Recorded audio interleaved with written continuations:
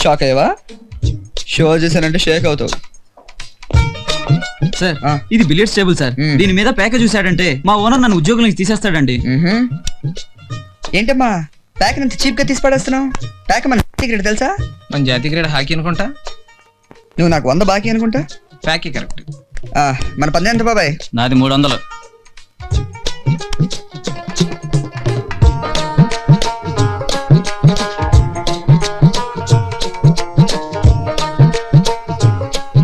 వాడి దగ్గర 2 జాకీలు, ఒక్క ఆసు ఉన్నా. నీకెళ్ళి తెలుసురా?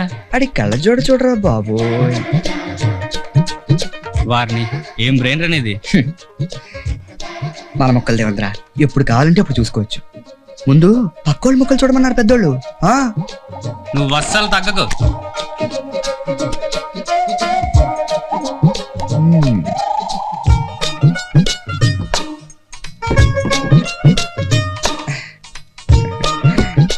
$500 ఏవి ఇస్తాంలేవయ్యా. షో చేస్తే ఆడే మనకి ఇవ్వాల్సి వస్తాడు. ఆ సంగతి అడిగి తెలియట్లేదు. చీపి ముందు నువ్వు చూపించు. చడుచుకుంటావేమో. పర్లేదు, తట్టుకోగలను. చా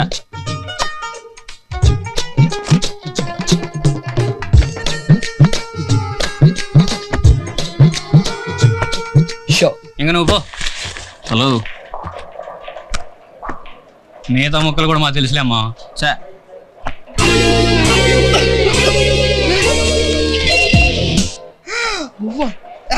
నీ దగ్గర ఒక్క సెకండ్ ఉండాలి. నీకెలా తెలుసు? అదే నీ కళ్ళల్లో చూసాం. ఇందులోనా? ఇందులో ఎప్పుడు ఇవే ఉంటాయి. దీన్నే గ్యాంబ్లింగ్ గ్లాసెస్ అంటారు. చీపి ఏంటిది మరి టూ మచ్? చిన్నపిల్లలు చేసి మోసం చేస్తారా? మీరేం చెప్పండి సార్, మీరేం చెప్పండి. ఈయన వచ్చాడండి.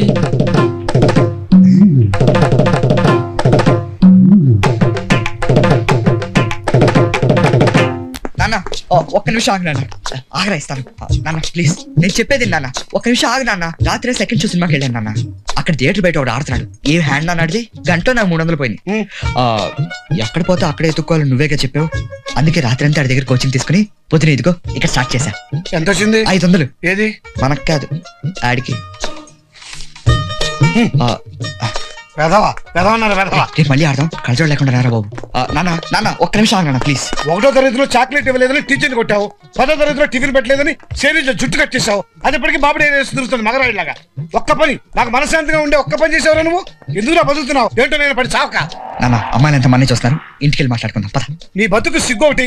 ఆ రుమాలే ఉంటారు రోడ్డు వచ్చేవాళ్ళగా. ఇదిగో షాపులో అద్దాలు అవి చూసి మీ బాబు కోటీశ్వరుడు అనుకుంటున్నావేమో.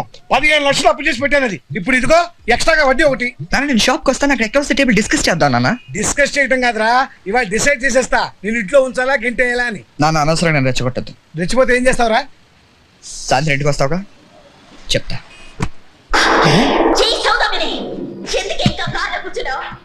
సుజీ భోజనానికి రా. రండి డాడీ. ఈ రోజు ఏం వారం? శనివారం. శనివారం రాత్రి ఏం తింటాను? ఏం తినరు. ఏం తాగుతాను? పాలు. మరి భోజనం రమ్మని ఎందుకు అడిగావు? బుద్ధి లేక. నువ్వు రావే. అన్నయ్య రాడా? అన్నయ్య పనికి రాడా అని అడగాలి కానీ తింటానికి రాడా అని అనకూడదమ్మా, తప్పు. ఇలా పనికిరాడు అని తిడుతూ ఉండండి. ఏదో రోజు ఇంటికి రావడం మానేస్తాడు. నేను ఆ రోజు కోసం చూస్తున్నాను. ఏం మనిషి అండి మీరు? కన్న కొడుకు భోంచేయకుండా పడుకున్నాడని జాలైనా లేదు? ఆ గాలి వేధం మీద జాలేం పడక్కల్లా బయట ఎక్కడో తినొచ్చుంటాడు. సాయంత్రం నుంచి వాడు ఎక్కడికి వెళ్లేదు. అయితే మధ్యాహ్నం ఎక్కువ తినుంటాడు. అంతేకాని వాడు తినలేదని మాత్రం ఒప్పుకోరు. వాడు ఒక్క పూట తినకపోతే పర్లేదని నువ్వు ఒప్పుకోవచ్చుగా. కర్మ. పాలు తీసుకురా.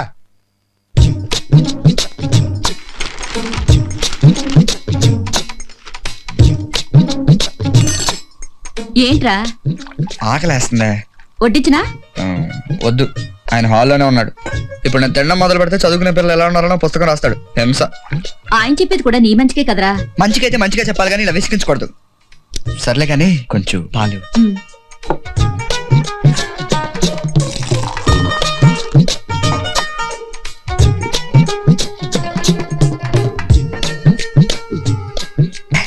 నీ చేత్తో మంచినీళ్ళు ఇష్టం మిరిండాలా ఉంటుంది. ఇంకొంచెం కావాలని డైరెక్ట్ గా అడగచ్చు కదరా.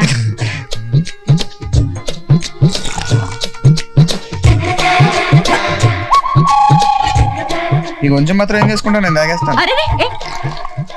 ఎక్కువ తాగుతున్నానమ్మా. చచా అవేం మాటలరా.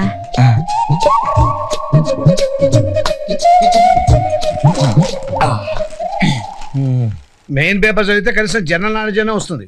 30 ఏళ్ళ నుంచి చదువుతున్నారు, మీకేం వచ్చింది? సైట్ వచ్చింది. మజ్జిగ తాగుతారా? పాలు దమ్మంటే పావు గంట తర్వాత వచ్చి మజ్జిగ తాగుతారని అడుగుతావేంటి? బుద్ధి లేకుండాను. బుద్ధి లేక కాదు, పాలు లేక. పాలు లేవా? ఏం పిల్లి తాగేసిందా? నేను తాగాను. 1/2 లీటర్ పాలు తాగేసావా? అది కడుపా పాల కేంద్రమా? రెచ్చిపోతే ఏం చేస్తాను అడిగావుగా, ఏం చేయగలను అర్థమైందా? ఇప్పుడు టైం 11 అయింది. నీకు పాలు తాగితే కానీ నిద్ర రాదు, రేపు పొద్దున్న దాకా పాలు రావు. నాతో పెట్టుకోకే. రేయ్, ఎవరైనా కోపం వస్తే అన్నం మానేస్తారా? నీలాగా ఎక్కువ తినేరు. అంటే కోపం నాకే, ఆకలి నాకేనా? అందుకే చిన్న చేంజ్ ఇచ్చా. కోపం నాకు వచ్చింది కాబట్టి ఆకలి నీకేస్తుంది. Good night. ఏ నక్షత్రంలో పుట్టాడే వీడు? వీడిని ఎవరు చేసుకుంటుందో గానీ రాడతో పూజ చేస్తూ